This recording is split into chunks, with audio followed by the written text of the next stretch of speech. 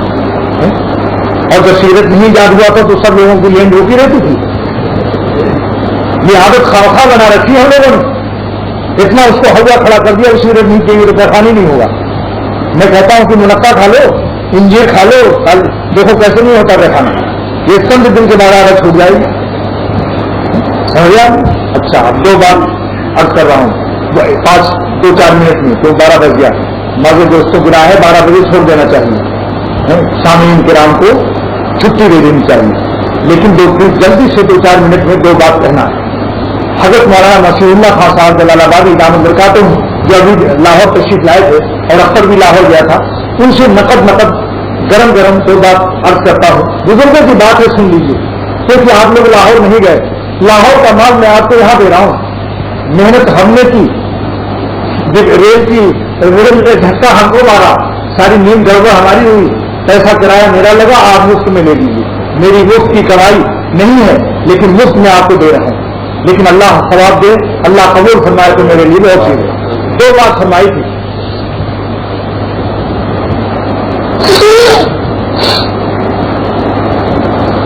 جس میں سے ایک بات پہلے عرض کرتا ہوں.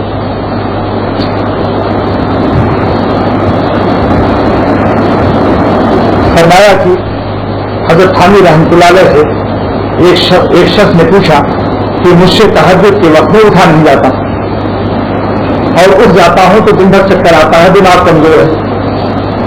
حضرت نے فرمایا کہ عشاء کے بعد جب 4 فرض ہو جائے تو سنت پڑھو, تو وتر سے پہلے 2 رکعت 4 رکعت تہجد کی نیت سے پڑھ لیا کرو.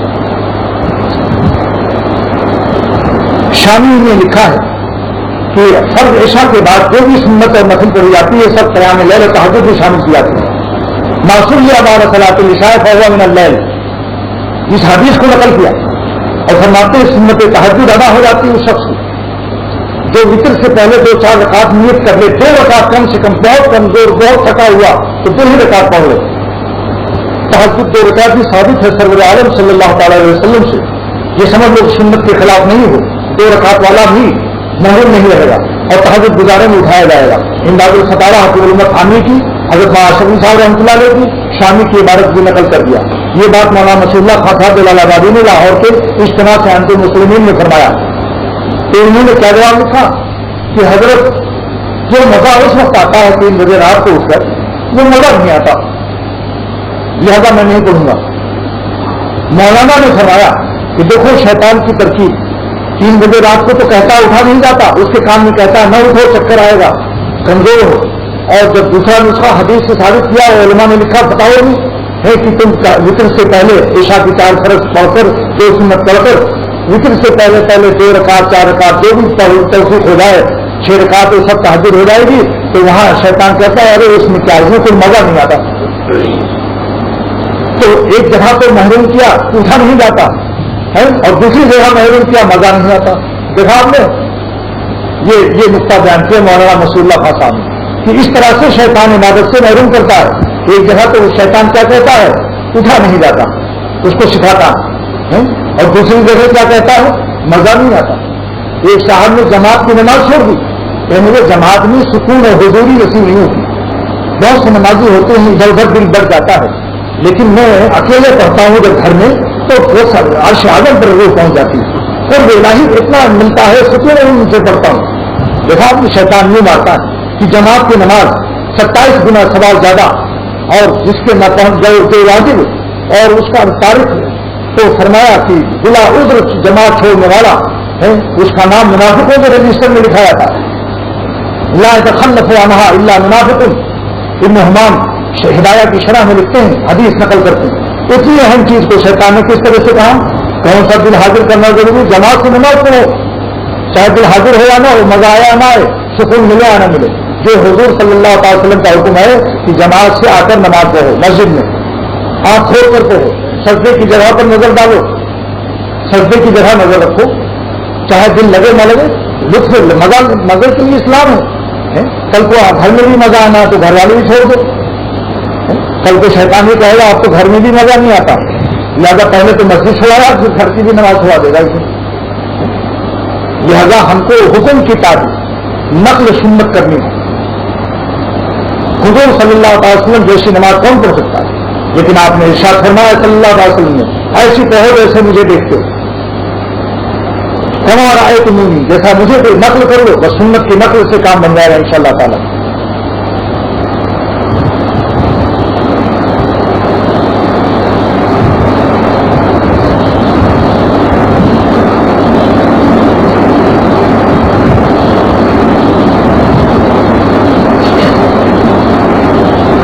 ہمارے وہ دوست الہ آباد کے جو بزرگ ہیں انیس صاحب ابھی ایک نعت کہی ہے انہوں نے جلد ہی جو انہوں نے کل سنایا تھا بھاری میں فضل صاحب کے وہاں ابھی آپ کو وہ خانقاہ میں سنائیں گے.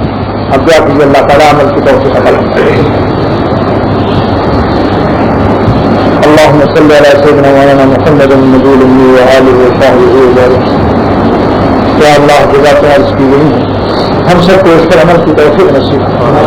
یا اللہ اپنی محبت نصیب فرما اور اپنے مقبول اور اللہ والوں کی محبت نصیب فرما اور ان اعمال کی محبت نصیب فرما جس سے آپ خوش ہوتے ہیں اور جن اعمال سے آپ ناراض ہوتے ہیں ہمارے قلب میں ان کی نفرت کراہت نصیب فرما دیں اور ہمیں اپنی حفاظت میں قبول فرما دیں.